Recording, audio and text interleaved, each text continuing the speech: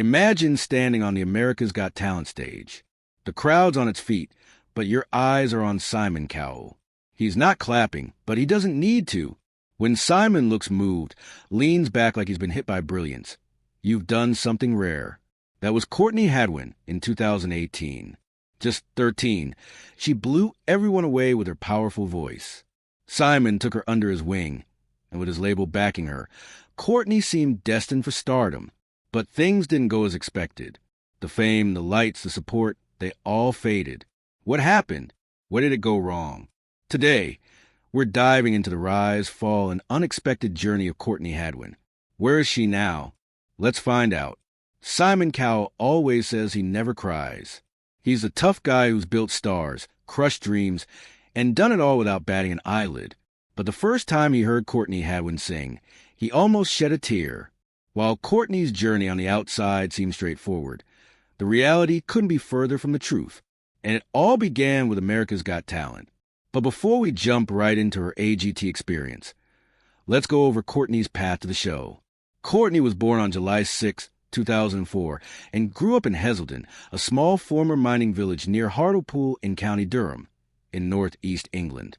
She was raised by her parents, Paul and Anne-Marie, alongside her younger siblings Paul and Melissa.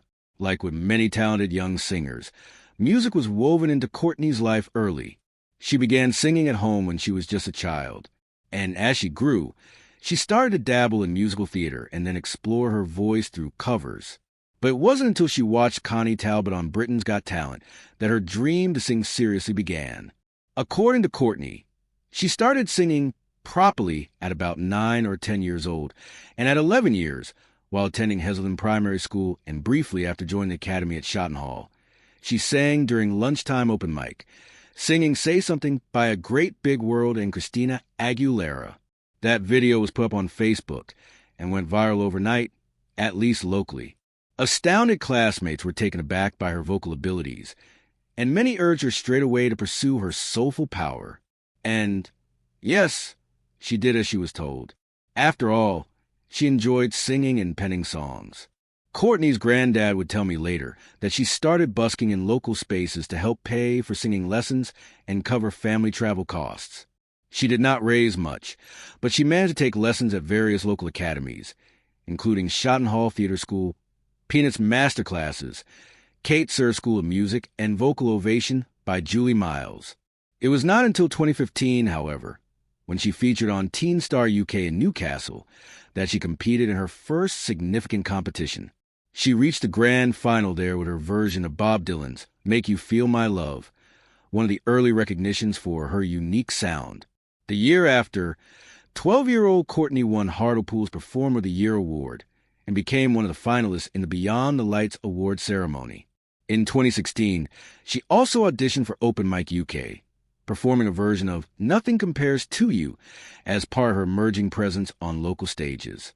That summer, she opened for Sister Sledge during a performance at the South Tyneside Festival, an event attended by more than 18,000 people, a milestone that proved to be what many first began to realize. She was no ordinary local performer. She was a star in the making. Moved to the next year, and Courtney was on yet another show.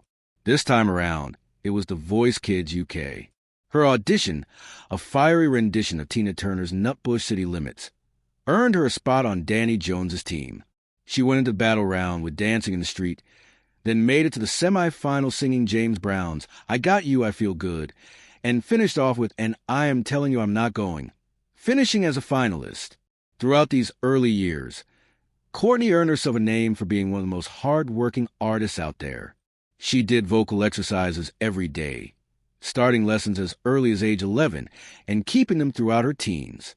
These formative years, from her small village beginnings and through open mic nights, competitions, and live performances around northern England, formed not only her way of performance, but also the determination to make it big. Of course, it didn't hurt that she had a great support system ready and willing to make sure she pursued her dream. From the very beginning, Courtney's musical journey was formed and nurtured by the unfailing support of her family. Her mother recognized her raw potential, saying performance was more than expected, while her father took on side jobs to support her dream, delivering pizzas and helping with gas money so Courtney could travel across the Northeast for auditions and open mic gigs. In fact, when she appeared on The Voice Kids UK and later on AGT, her family relocated to LA to support her, especially her father, who flew back and forth so she could compete while still going to school. Even amidst a storm of TV shows, record deals, and international attention, Courtney's family remained her anchor. Publicly, she's credited them with keeping her feet on the ground, reminding her of home, and helping preserve her passion, not turning it into pressure. Their belief in her, not celebrity or glory, gave her a steady foundation that helped her voice carry across continents, while her heart stayed rooted in Heselden, with this support marking her back. By early 2018, Courtney had gained enough momentum and reputation that she was invited to audition for Season 13 of America's Got Talent. That invitation did not come from some family decision to pursue Britain's Got Talent, but rather reportedly through show producers looking for international talent. It was perfect for the young Courtney. But little did she know that it would mark her turning point from a local sensation to an international stage, and her life would forever be changed. At just 13, Courtney stepped onto the America's Got Talent stage as a quiet, almost shy schoolgirl from County Durham, England. She looked nervous and awkward, hardly a star. But then, the first notes of Otis Redding's Hard to Handle began, and everything changed.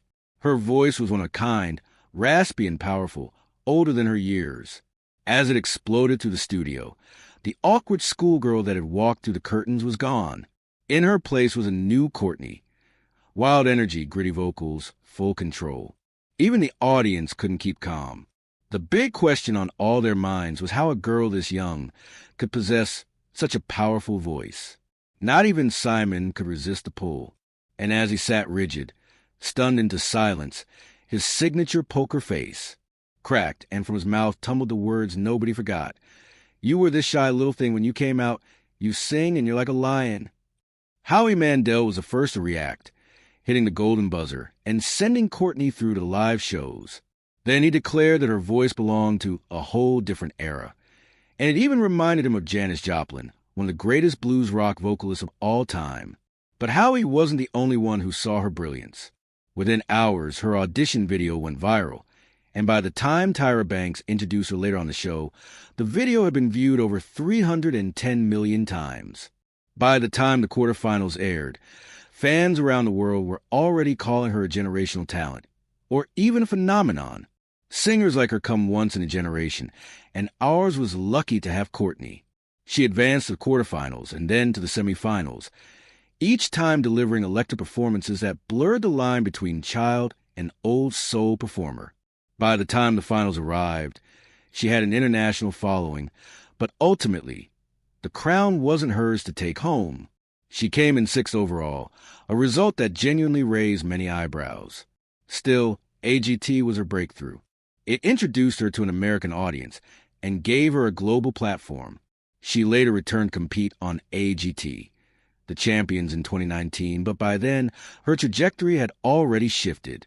Although it wasn't his golden buzzer that shot her through to the live shows, Simon had something more exciting up his sleeve. Shortly after the 2018 live shows ended, he signed her to his label, Psycho Music, in partnership with Arista. And just like that, 13-year-old Courtney was on her way to becoming a music star. But fame and fortune are easier said than conquered.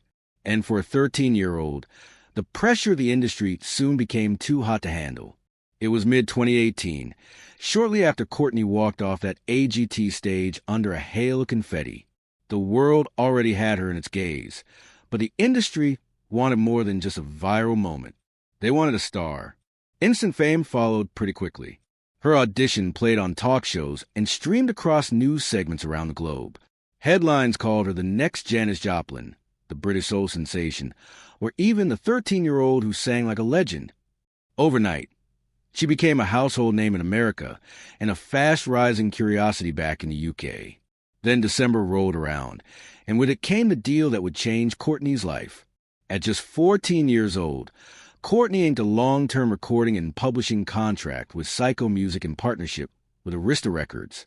In interviews surrounding the announcement, she shared that she felt amazing joining the company.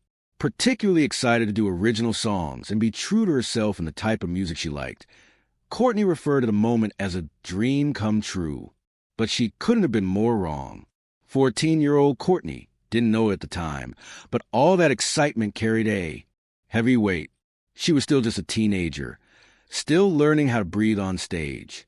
And she was suddenly expected now to deliver chart-ready music, interviews, promotional appearances, and machine built for grown-ups. How could she handle all of these? Backstage that season, Courtney shared how the pressure mounted. She needed to perform, to close the show, to bring energy, not just once, but every week. And even though Howie's support kept her grounded with his cheers fueling her passion further, the nerves threatened to overwhelm her. Behind the cameras, record executives began positioning her as a brand. They pitched her sound, her image, her stage persona. The comparisons to Janis Joplin were compelling, but also a trap. And just like that, Courtney felt torn between the artist she wanted to be and the product she was expected to become. At 14, she entered studio sessions with songwriting teams, producers, and industry managers, all steering her toward a polished pop-soul crossover. Courtney, however, was still finding her voice, literally and artistically. She would later describe feeling that people around me were telling me what I should sound like and who I should be, and how she lost control of her path as her early teens passed by while she was in studios. It was exhilarating and exhausting. She was traveling between the UK and the US, expected to record originals, shoot promotional materials, and stay media ready. For a teenager still living at home, it was too much. It all felt surreal and isolating. And even though YouTube comments and fan messages praised her raw energy, beneath the praise, Courtney was quietly struggling to feel in charge of her career. Yet the early buzz was relentless. Critics marveled at her energy, her stage presence, and her voice's mature grit. Producers labeled her a force of nature. Rolling Stone-style write-ups praised that she came in like a storm. Yet in private moments, she would admit to feeling like a character being directed, even when performing original songs. She talks about dozens of writing sessions where she had to bend to themes or sounds that she did not even really believe in. Pretty soon, she found herself asking, is this me? Or is this what they want me to be? Fame had arrived fast, and it felt heavy. The world saw a star in the making. But Courtney felt like a teenage girl caught between her own emotions and the pressure of endless expectations. It was that tension that sets the stage for what came next. Now, fame is great, it's wonderful even, but imagine you're a teenager who is not even legal yet and trying to navigate the confusing world of the music industry. Sounds like a hellish life, doesn't it? Well, that's because for Courtney, it kind of was. Don't get her wrong. It wasn't like she didn't enjoy the life or the seeds of her hard work and everything else that came with it. It was just too much, too soon. Pretty quickly, Courtney's world became a whirlwind the minute she joined Psycho/Arista. In the blink of an eye, her life revolved around deadlines, meetings, and recording sessions, not songwriting on her terms, but the rigid assembly line built to manufacture hits. And for someone who'd found joy in the seemingly little things like creative control, all these felt overwhelming, like we have mentioned over and over again. She was only 14, and already she found herself in back-to-back sessions, expected to deliver polished pop-soul tracks within tight timelines. A typical day could start with breakfast in the UK, meetings with label execs by noon, and a long haul to a US studio by evening. Those sessions often included multiple producers who would pitch beats, hooks, and themes Courtney didn't necessarily connect with. She later reflected that everyone around me was telling me who I should be. And this was only a small reflection of how her creative input was often overshadowed by industry voices. As she worked through co-writing sessions and production teams, Courtney soon began to feel detached from the songs she was recording. In interviews, she spoke of frustration at how she was molded into a sound that fit a predefined mold. Compromised emotion, filtered style, slick pop production that went against her gritty vocal roots. She was still finding her artistic identity, and yet being told to fit in, that eventually chipped away at her confidence, making what once felt fulfilling now feel unfulfilling. Her voice was more mature than most college students, but her mind was that of a teenager. Courtney soon began to face mental exhaustion. She talked about her bouts of overwhelm during backstage interviews. Closing the show every week, holding the energy of the finale all on her, when she could barely hold herself together. Despite praise from Howie and fans, internally, the weight felt heavy. She even admitted to feeling isolated, traveling between continents, surrounded by suits, missing home, missing realness. And this is where the withdrawal began. It started slow, but sure. First, the social media posts dwindled. Next, mainstream media shrank. Fans worried, and they soon began to wonder where she'd gone. Was there an artistic disagreement? Was she ill? And what was worse, there were no public updates to keep supporters in the loop. This and some media speculation created rumor mills. Did Courtney get into an accident? Was she bedded in some hospital? Where was Courtney? She was still here, just retreating to reclaim herself and escape the pressure. Courtney later teased new material that felt angry and real. Even examples like, "You only want me when I'm smiling," seemed to tell a deeper emotional undercurrent. She hinted there might be more depth, more pain, more honesty to unpack. And with the rumor mill twisting and turning, everyone was eager to find out what happened to the doe-eyed young girl who strutted onto the stage all those years ago.